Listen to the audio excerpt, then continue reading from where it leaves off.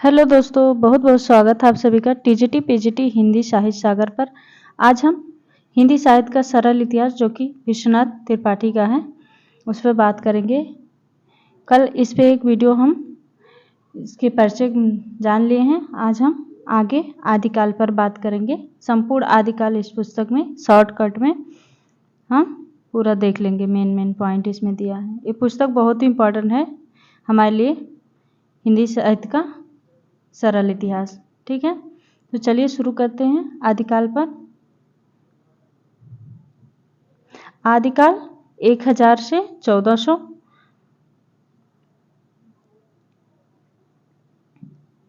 आगे है सामाजिक स्थिति। आदिकाल विविध और परस्पर विरोधी प्रवृत्तियों का काल है। हर्षवर्धन के बाद किसी ने केंद्रीय सत्ता स्थापित नहीं की।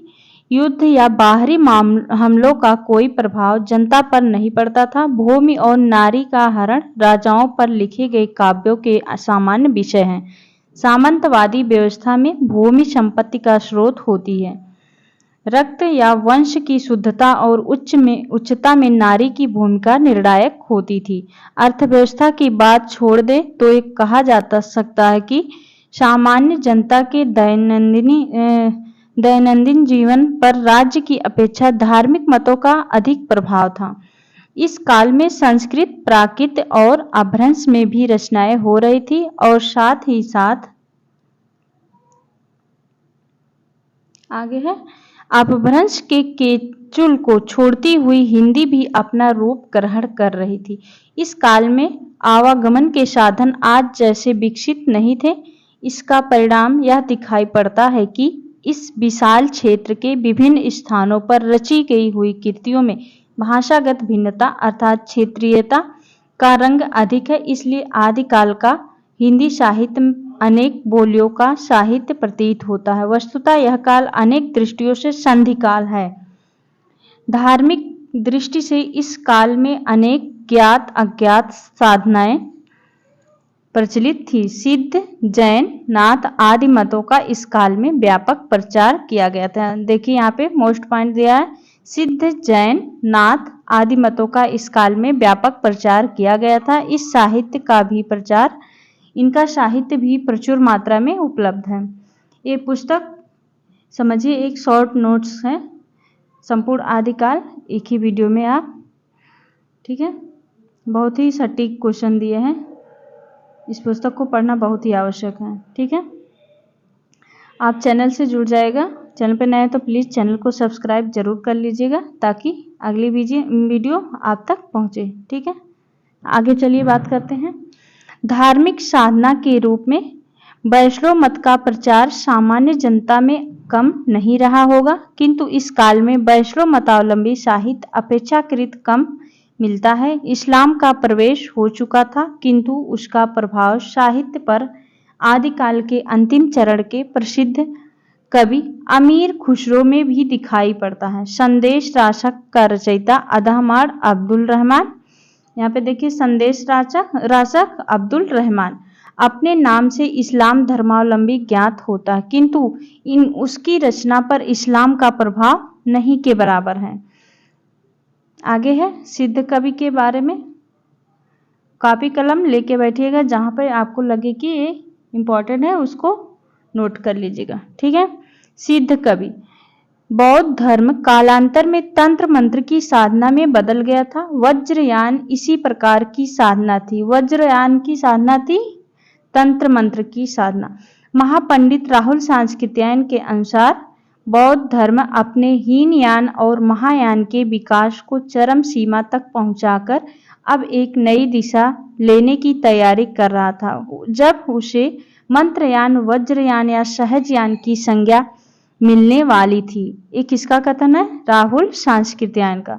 सिद्धों का संबंध इस वज्रयान से था।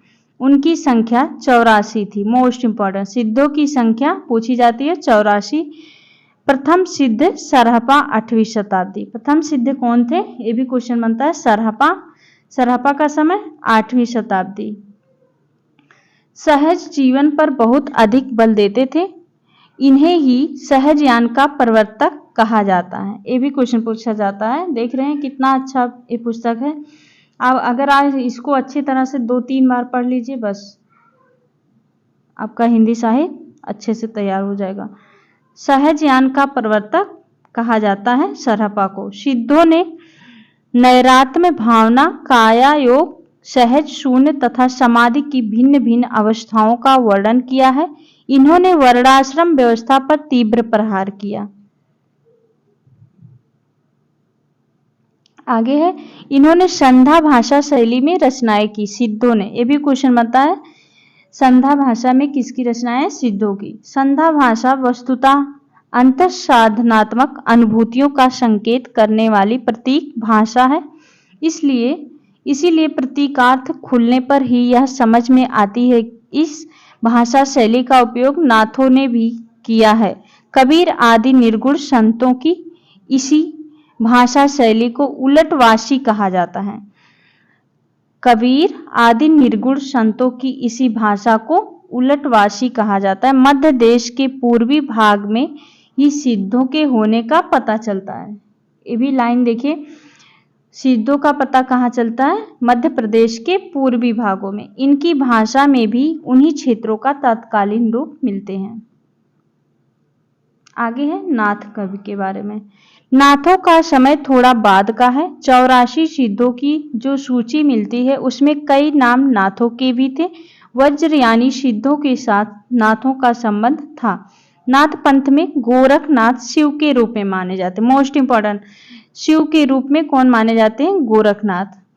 अतः इसका शैव होना स्पष्ट है। गोरखनाथ शैव संप्रदायिक थे। गोरखनाथ ने पतंजलि के योग को लेकर हठ योग का प्रवर्तन किसने किया? गोरखनाथ ने।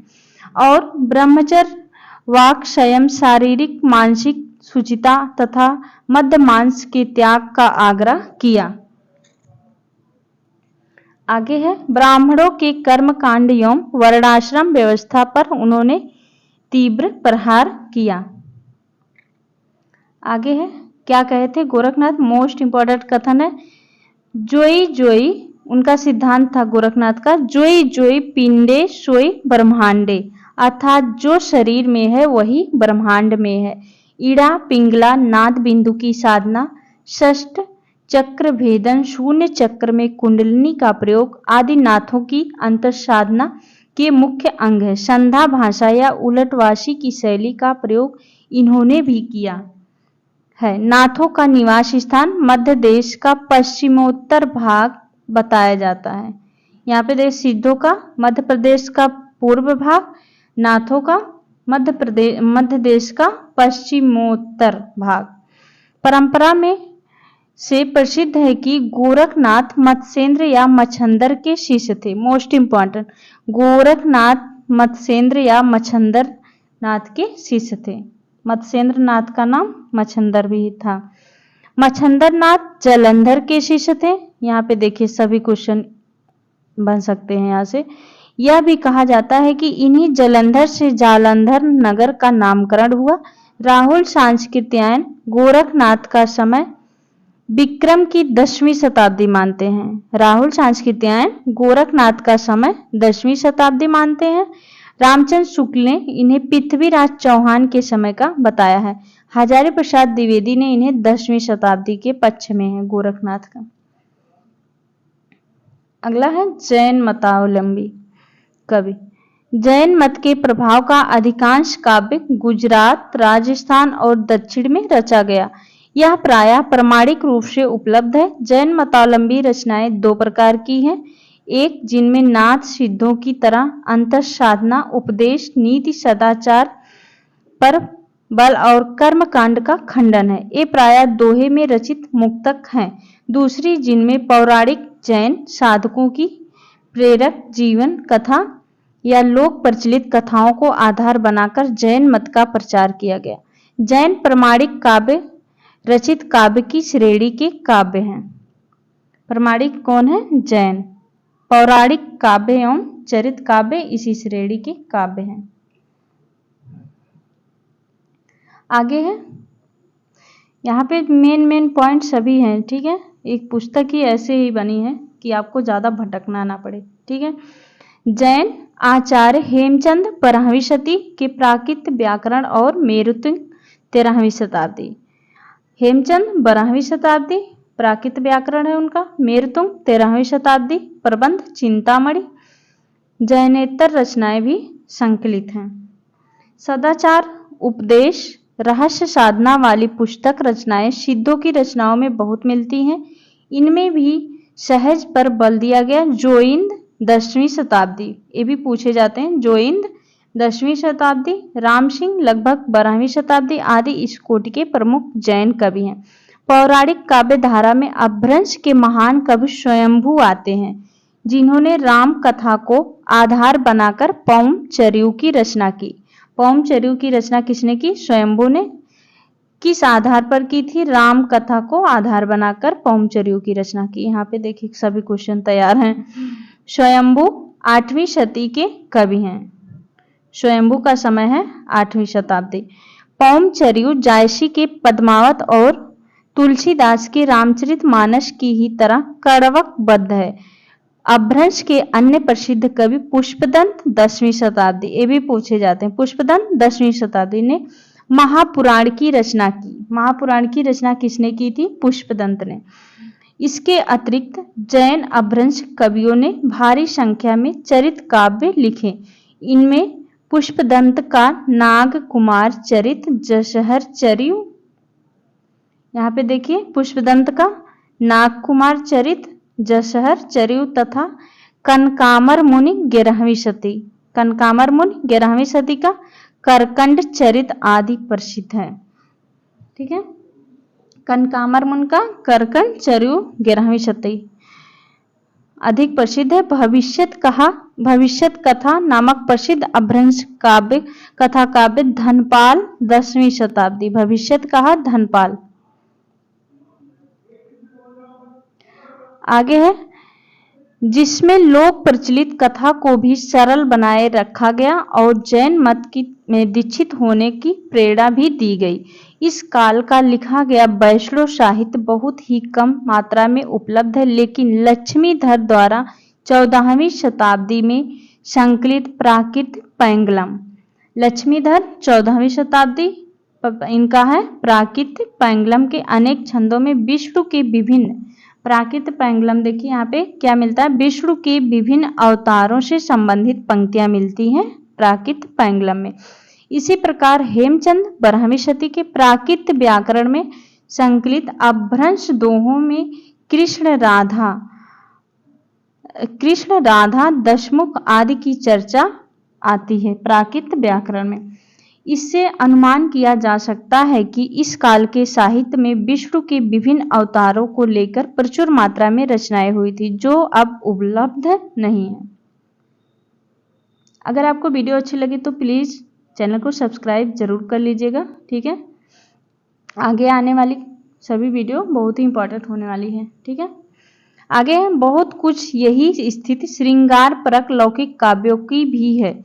सौभाग्यवश राउलवेल 11वीं शती, राउलवेल का समय है 11वीं शती और संदेश राशक 13वीं शताब्दी नामक दो शुद्ध लौकिक श्रृंगारिक काव्य प्रमाणित तौर पर उपलब्ध हैं। दो प्रमाणिक काव्य थे, राउलवेल और संदेश राशक 13वीं शताब्दी। संदेश राशक का महत्व भी आंका जाना चाहिए। इसकी भारतीय भाषा में रचित इस्लाम धर्मावलंबी कवि की प्रथम रचना है। संदेश राशक 3 प्रकरणों में विभाजित है। संदेश राशक कितने में है? 3 प्रकरणों में। 223 छंदों का संदेश काव्य है। संदेश राशक 223 छंदों का संदेश काव्य, इसको नोट कर लीजिएगा। राउलवेल के रचयिता रोड़ा कवि नामक कवि हैं, जिसने किसी राजा के अंतःपुर में रहने वाली विभिन्न प्रदेशों की रानियों का वर्णन है। राउलवेल में अंतःपुर की रहने वाली रानियों का।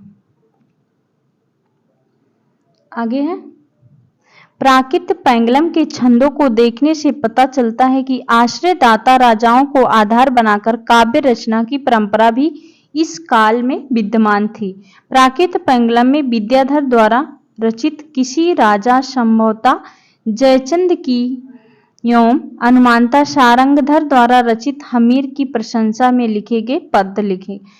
सारंगधर हमीर रासो। हेमचंद के प्राकृत व्याकरण में अपभ्रंश के जो दोहे संकलित हैं उनसे एक तो यह बात स्पष्ट हो जाती है कि दोहा उस समय का लोकप्रिय छंद था। दोहा उस समय का लोकप्रिय छंद था। दूसरे, वीरता और श्रृंगार नीति विषयक दोहों में रचित कृतियां भी लोकप्रिय थीं। इन दोहों की अभिव्यक्ति इतनी निश्चल और सहज है कि इन्हें लोक साहित्य की कोटि में रखा जा सकता है। यहाँ धर्म, वीर, श्रृंगार और नीतिपरक दोहों के कुछ उदाहरण दिए गए हैं। दोहा दिया गया है।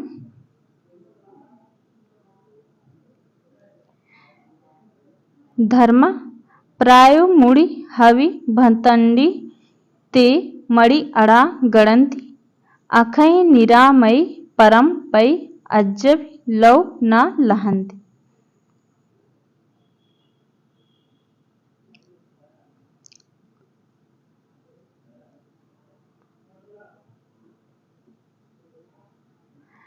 प्रायः मुनियों को भी भ्रांति हो जाती है। वे मन का गिनते हैं, अच्छे निरामय परम पद में आज भी लव नहीं लगा पाते। वीर पंक्ति है। पाए बिलग्गी अत्रंडी सिरु लहसहु खंगस तोवि कटारहि हथड़ऊ बलि किज्जहु कंतस। पाव में अतड़िया लगी है, सिर कंधे से लटक गया है, तो भी हाथ कटार पर है, ऐसे कि मैं बलि जाती हूँ। ये वीर रस में है। अगला है श्रृंगार। पिय संगम कौ निदड़ी पियहो परोखो केम मय विभिन्न विनाश हुआ निदद ना एम्ब ना तेम्ब। प्रिय के संग में नींद कहाँ, प्रिय के परोक्ष में सामने ना रहने पर नींद कहाँ, मैं दोनों प्रकार से नष्ट हुई, नींद ना यों ना त्यों। अगला है नीतिपरक। जो गुण गोवहि अपड़ा पैड़ा करी परसु तसु हऊ कलजुग दुल हऊ बलि किज्जहु सुवर्णसु। जो अपना गुण छिपाए दूसरों का प्रकट करे, कलयुग में दुर्लभ सृजन पर मैं बलि जाऊं। दोहा पद्दड़िया गे पद अपभ्रंश काल के प्रमुख छंद है। अपभ्रंश काल के प्रमुख छंद है दोहा, पद्दड़िया, गे पद। अगला है वीर गाथा काव्य। वीर गाथा काव्य। पंडित रामचंद्र शुक्ल ने आदिकाल के तृतीय प्रकरण को वीर गाथा काल कहा। मोस्ट पॉइंट है, देख लीजिए। रामचंद्र शुक्ल ने आदिकाल के किस प्रकरण को वीर गाथा काल कहा था? तृतीय प्रकरण को वीर गाथा काल कहा। उनके अनुसार इस नामकरण का आधार यह है कि इस काल की प्रधान साहित्यिक प्रवृत्ति वीर गाथात्मक है। शुक्ल जी ने इस काल की प्रधान साहित्यिक प्रवृत्ति की पहचान 12 ग्रंथों के आधार पर की है। वे इस प्रकार हैं। शुक्ल जी ने वीर गाथा काल का नामकरण 12 ग्रंथों के आधार पर किया था। विजय पाल रासो, हमीर रासो, कीर्तिलता, कीर्ति पताका, खुमान रासो, बीसल देव रासो, पृथ्वीराज रासो, जयचंद प्रकाश, जय मयंक, जस चंद्रिका, परमाल रासो, खुसरो की पहेलियां और विद्यापति पदावली। इनमें से विद्यापति की रचनाएं 14वीं 15वीं शताब्दी अर्थात कीर्तिलता, कीर्ति पताका, पदावली और नरपति नाल्ह द्वारा रचित बीसल देव रासो प्रमाणिक रूप से उपलब्ध हैं। आगे है कीर्ति पताका अभी तक संपादित होकर प्रकाशित नहीं हुई है। बीसल देव रासो का पाठ डॉक्टर माता प्रसाद गुप्त द्वारा संपादित प्रकाशित है। बीसल देव रासो।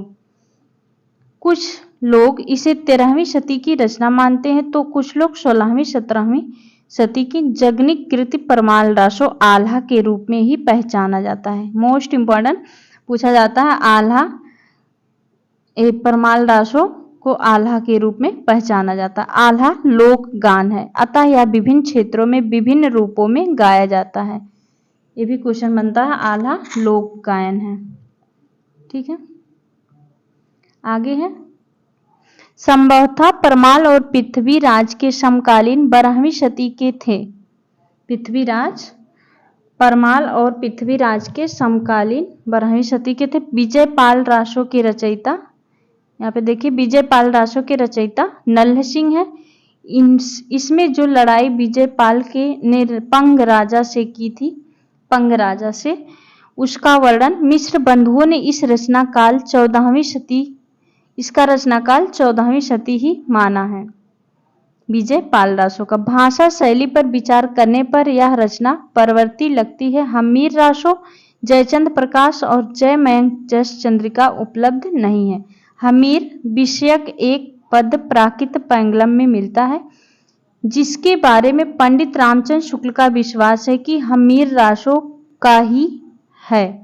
खुमान रासो के रचयिता दलपत विजय हैं। इसमें 9वीं शताब्दी के खुमान के युद्ध का वर्णन है। 9वीं शताब्दी के खुमान का वर्णन है युद्ध का।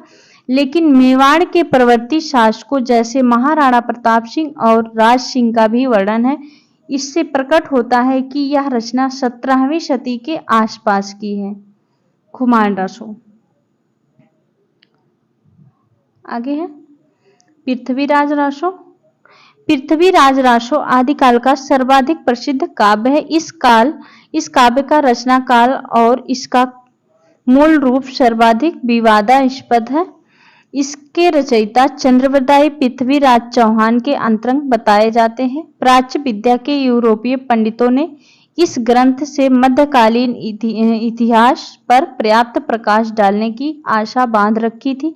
इसलिए डॉक्टर बूलर को जब यह पता चला कि रासो की तिथियां, व्यक्तियों के नाम, घटनाएं आदि इतिहास सम्मत नहीं है, तो उन्होंने तत्काल इस ग्रंथ को न प्रकाशित करने की सिफारिश की थी। किसने? बूलर ने। इसकी प्रमाणिकता का संदेह करने वाले विद्वानों में गौरीशंकर, हीरानंद ओझा, रामचंद्र शुक्ल आदि भी हैं। बाबू श्याम सुंदरदास और मोहनलाल विश्वलाल पांड्या ने इसे प्रमाणिक मानने वालों में से हैं। कौन प्रमाणिक माने थे? श्याम सुंदरदास और मोहनलाल विश्वलाल पांड्या। ये भी पूछ सकता है क्वेश्चन। अगला आगे है महामहोपाध्याय गौरीशंकर ओझा के अनुसार पृथ्वीराज रासो 1600 विक्रम संवत के आसपास लिखा गया। इसकी ऐतिहासिकता की खोज अब बंद कर दी है गई है। इधर हाल में मुनिजिन विजय ने पुरातन प्रबंध संग्रह के एक अंश जयचंद प्रबंध के 4 छपियों की ओर ध्यान आकृष्ट कराया, जो वर्तमान में रासो में पुरातन प्रबंध का संकलन 15वीं शती पे है। आगे है, यहाँ पे हम मोस्ट इंपॉर्टेंट देख लेते हैं। किंतु रासो मूल रूप से क्या रहा गया, यह समस्या अभी भी बनी है। पंडित हजारी प्रसाद द्विवेदी के अनुमान किया कि चंद्र ने रासो की रचना, यहां से देखिए मोस्ट पॉइंट, हजारी प्रसाद द्विवेदी ने रासो की रचना सुख सुखी संवाद के रूप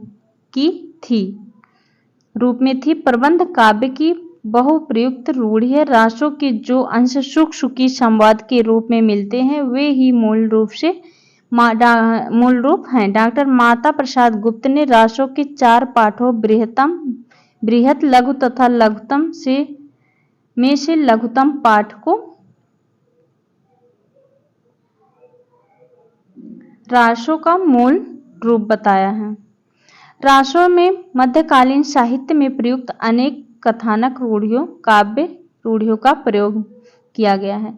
इसमें अनेक छंदों का प्रयोग मिलता है। पृथ्वीराज रासो काव्य परंपरा काव्य तो अधिक है, इसमें चरित काव्य, आख्यायिका आदि के भी लक्षण मिलते हैं। आगे है, रासो में पृथ्वीराज के विभिन्न युद्धों और विवाहों का वर्णन है।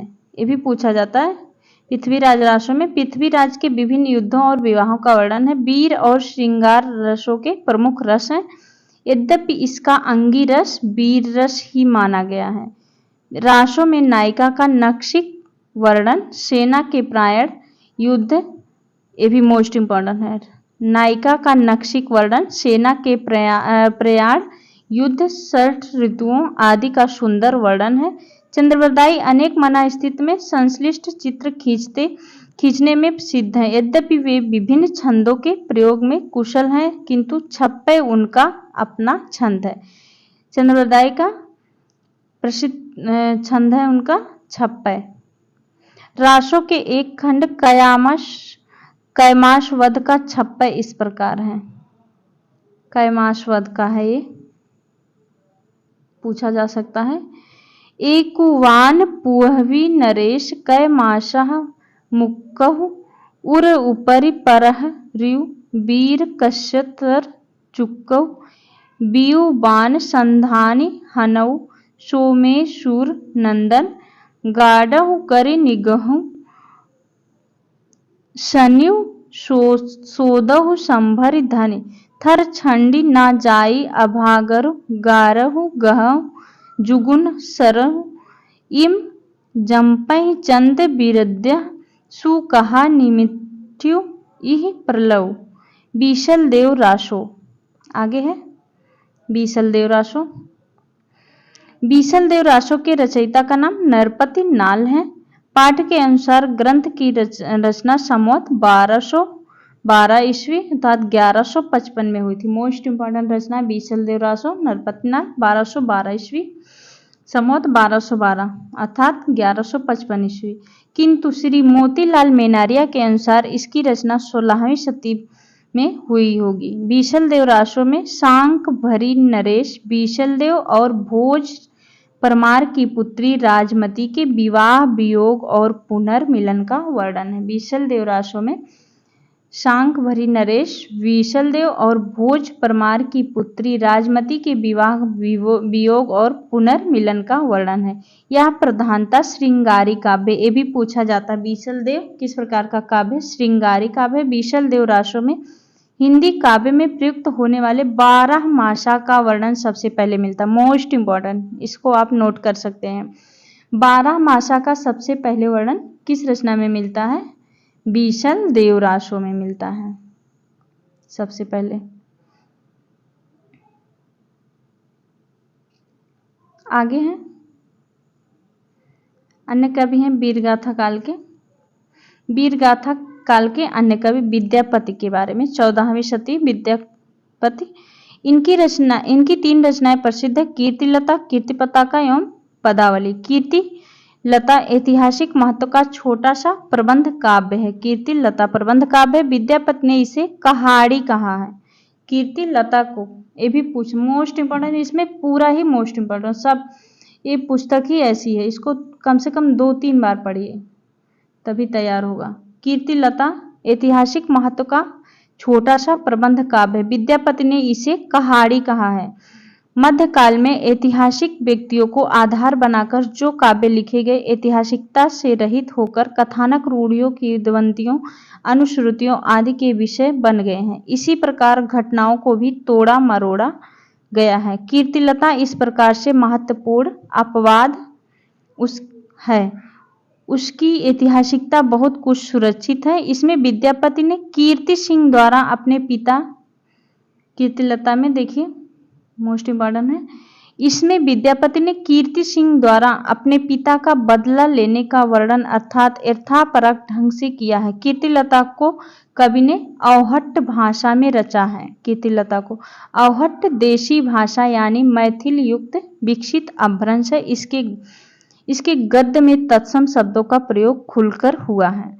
पदावली विद्यापति के यश का आधार है। मोस्ट इंपॉर्टेंट, विद्यापति के यश का आधार है पदावली। पदावली ऐसी रचना है जो काव्योत्कर्ष और साहित्य का इतिहास दोनों दृष्टियों से अत्यंत महत्वपूर्ण है।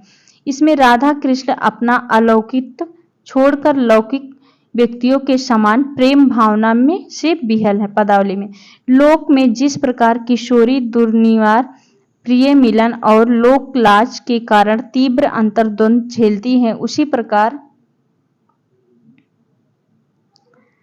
राधा को चित्रित किया गया है। कवि का मन वयः संधि का चित्रण करने से में विशेष रूप से रमा है, इसलिए इस बात को लेकर काफी विवाद है कि पदावली भक्ति परक रचना है या श्रृंगार परक।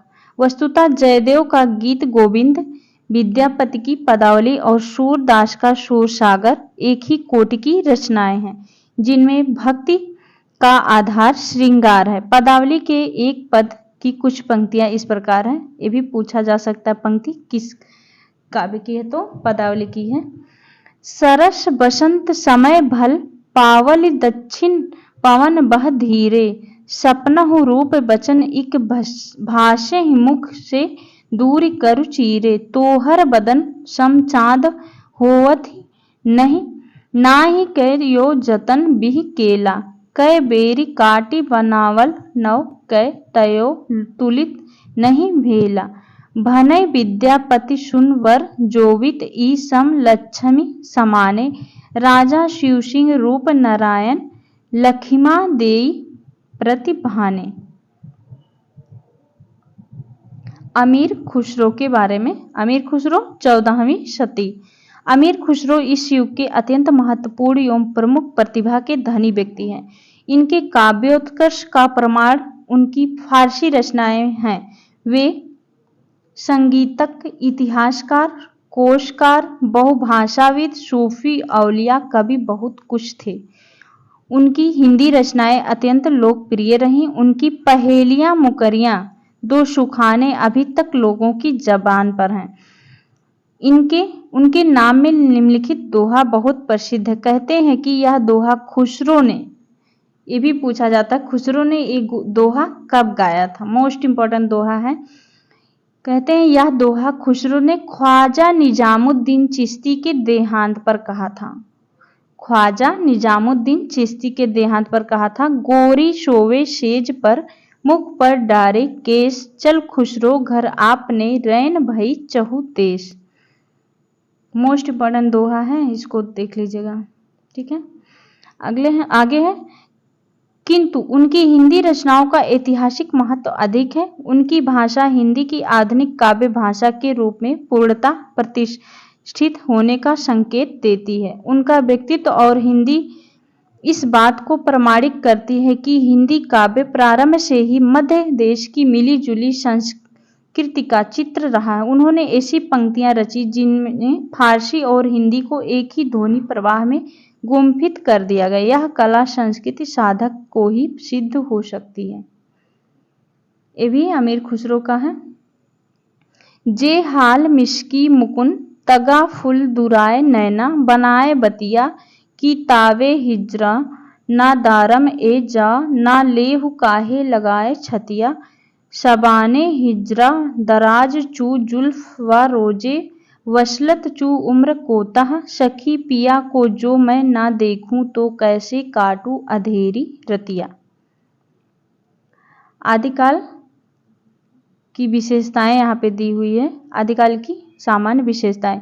यो तो इतिहास की प्रत्येक युग परस्पर विरोधी एवं प्रधान अप्रधान प्रवृत्तियों का युग होता है, किंतु आदिकाल के विषय में यह बात विशेष रूप से रेखांकित करने योग्य है। वह राजनीतिक दृष्टि से छोटे सामंतों में विभक्त प्रदेश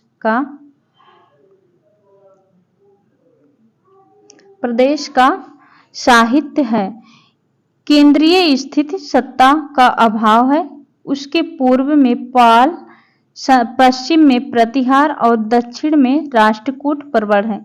केवल गाहड़वार वंशीय गोविंद चंद्रदेव इस काल में मध्य देश के प्रतापी नरेश हुए, किंतु उनके पूर्वजों और वंशजों का वैसा प्रताप नहीं था। धार्मिक दृष्टि से यह अनेक ज्ञात अज्ञात सांप्रदायिक साधनाओं का काल है। बौद्ध धर्म का पूर्व प्रभाव नहीं रह गया था। बौद्ध धर्म से विकसित महायान, वज्रयान एवं नाथ सिद्ध की साधना सामान्य जनता में स्वीकृत हो पाए, यह संभव नहीं था। जैन मत का प्रभाव मध्य देश की अपेक्षा पश्चिम में था। जैन मत का भाषा की दृष्टि से यह काल अपभ्रंश और हिंदी का संधि काल है। आगे है 10वीं शती के आसपास से अपभ्रंश का प्रभाव क्रमशः क्षीण होता जा रहा है और हिंदी भाषा की प्रवृत्तियां उसका स्थान लेती जा रही थी। हिंदी साहित्य में आदिकाल में जो साहित्य मिलता है वह अधिकांशतः अपभ्रंश हिंदी का साहित्य। शुद्ध अपभ्रंश शुद्ध हिंदी का नहीं, आदिकाल समाप्त होते होते दिल्ली के सिंहासन पर अलाउद्दीन खिलजी जैसा शासक दिखलाई पड़ता है, जो मध्य देश ही नहीं लगभग समूचे देश में अपना शासन स्थापित करता है। विद्यापति खुसरो की रचनाओं एवं उक्ति व्यक्ति प्रकरण जैसी कृतियों में आधुनिक भारतीय आर्य भाषाओं का रूप स्थापित दिखलाई पड़ता है। उधर धार्मिक क्षेत्र में महान भक्ति आंदोलन छोटी छोटी साधनाओं का सार ग्रहण करके धर्म को लोक व्यापक क्षेत्र प्रदान करता है। ये हमारा आदिकाल